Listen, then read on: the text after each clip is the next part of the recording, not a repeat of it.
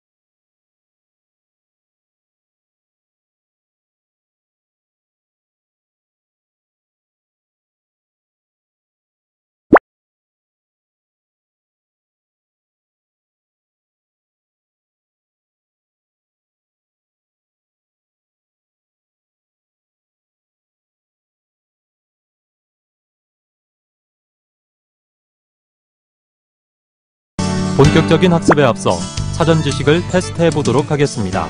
제시되는 질문에 OX로 답해주세요.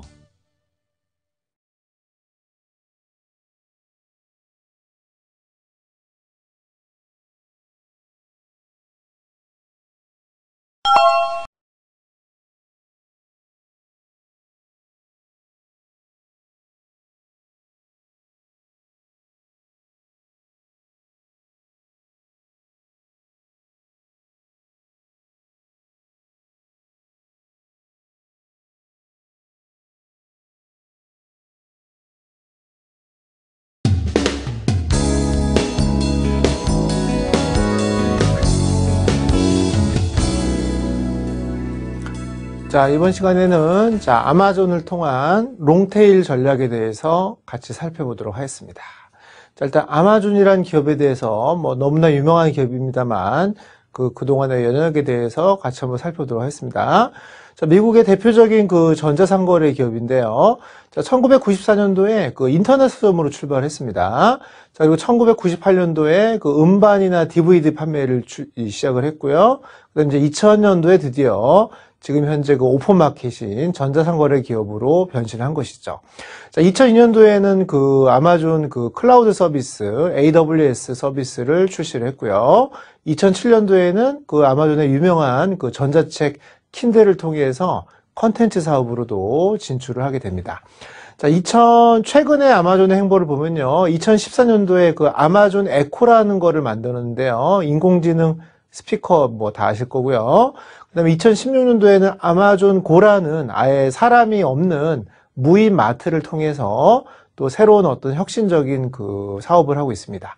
2018년도에는 블루 오리진이라는 사업을 통해서 우주 여행을 보내는 사업을 한다고 하니까 기존의 어떤 전자상거래라든가 전자책이라든가 이런 영역에 머물지 않고 뭔가 어떤 새로운 혁신을 하는 기업이 바로 아마존이라고 보시면 될 것 같은데요. 자, 2015년도에 이 아마존의 어쨌든 경쟁업체는 그 전통적인 그 오프라인 그 마트인 월마트인데요. 2015년도에 시가총액을 추월했고요. 2017년도에는 아마존은 그 미국 주식시장 시가총액 2등까지 올라가게 됩니다. 자, 그 당시 아마존의 시가총액은 4,400억 달러 정도 되는데요. 그때 월마트는 2,200억 달러 정도였다고 하니까 2배가 된 것이죠, 2배. 그러니까 과거에 우리가 이런 그 마트 그러면 월마트, 전통적인 그 오프라인 매장이 월마트였습니다만, 아마존은 이런 어떤 혁신적인 전자상거래 사업으로 인해서 2017년도에 월마트의 시가총액의 2배가 된 것입니다. 자, 이러한 그 아마존의 성장 배경에는 오늘 강의하고 싶은 롱테일 전략이라는 게 있습니다. 이 롱테일 전략이라는 거에 대해서 같이 한번 살펴보도록 하겠습니다. 자, 그리고 아마존은 그 1995년도에 그 창업 당시죠. 거의 매출이 51만 달러였습니다. 근데 2016년도에는 매출이 1,360억 달러라고 하니까 불과 한 20년 사이에 엄청난 급속한 성장을 한 기업이 바로 아마존이라고 보시면 될 것 같아요. 자, 이러한 아마존을 이끄는 창업자이자 경영자가 바로 제프 베조스인데요. 1964년 미국 출생입니다. 자, 그 1980년대 이제 프린스턴 대학교에서 컴퓨터하고 전기공학을 전공을 했다고 합니다.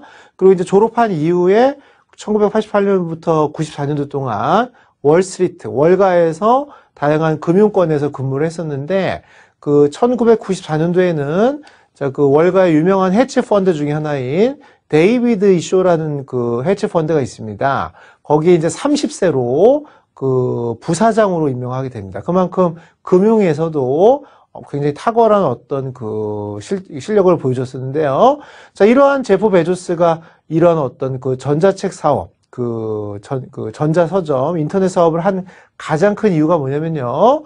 자, 잡지를 보다가 인터넷의 규모가 연간 2,300배 성장한다, 뭐 이런 뉴스를 본 거예요. 그러면 그 제프 베조스가 이제 고민을 하다가, 그러면 이러한 인터넷의 규모가 이렇게 커진다면 여러 가지 상품 중에 책이라는 상품이 굉장히 적합할 거라고 판단을 한 겁니다. 그래서 그 뉴욕에서 월가에서 근무하다가 시애틀로 돌아갑니다. 그 자신의 차고에서 1994년도에 인터넷 서점을 창업하는데 그 창업한 기업이 바로 아마존닷컴이죠. 자, 그러면 아마존이 이렇게 성장하기까지는 자, 그 롱테일 법칙이라는 게 적용이 된 것인데요. 자, 롱테일 법칙을 설명하기 위해서는 기존의 우리 전통적인 법칙이 또 파레토 법칙이라는 게 있습니다. 그래서 파레토 법칙에 대해서 먼저 잠깐 설명드리고 롱테일 법칙에 대해서 설명드리도록 하겠습니다.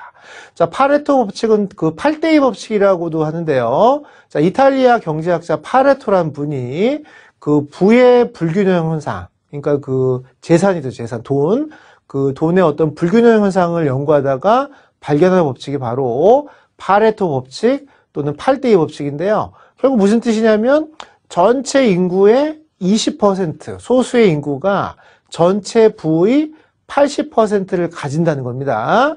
그게 과거도 그렇고 현재도 그렇다는 거죠.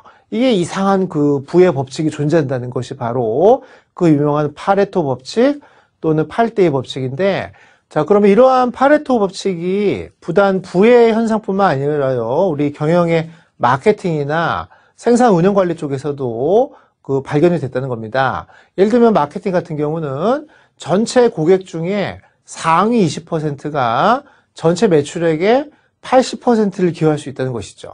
또 생산 운영 관리 면에서는 전체 물건 중에 20%가 재고의 80%를 차지할 수도 있고요. 또 전체 분량 중에 20%가 그 제품 분량 요인 중에 20%가 전체 분량률의 80%를 차지할 수도 있다는 것입니다. 자, 그렇다면 경영을 하는 사람 입장에서 보면 마케팅이다. 그러면 전체 고객 중에 상위 20%에 집중하는 것이 굉장히 효율적이겠죠. 생산 운영 관리 면에서는 전체 물품 중에 20% 또는 분량 요인 중에 20%에다가 집중하는 것이 굉장히 효율적이라는 것을 판단을 했을 거라는 겁니다. 자, 그러다 보니까 은연중에 우리의 여러 가지 경영의 어떤 기법 안에는 이러한 파레토 법칙이 작용을 한다는 것이죠. 자, 그래서 결국은 20%의 상품이 매출액의 80%를 좌우한다. 뭐 이런 식의 어떤 철학이 팽배하다 보니까 결국 선택과 집중 뭐 이렇게 할 수밖에 없다는 겁니다. 그래서 그 전체 고객 중에 그 20%의 상품을 차지하는 우수 고객이나 핵심 제품에다가 회사의 어떤 자원이나 노력, 우리의 경영 자원을 집중하는 이런 전략들을 펼쳤었다는 거예요. 이게 전통적인 어떤 경영 전략이라고 보시면 되겠습니다. 자, 특히 그 오프라인 같은 경우는 실제 그 제품을 진열해야 되니까 공간의 제약이 있는 것이고요. 또 유통 과정에 장애 요인이 있기 때문에 실제로 100의 노력을 다 할 수가 없으니까 그 잘 되는 상품 20%에만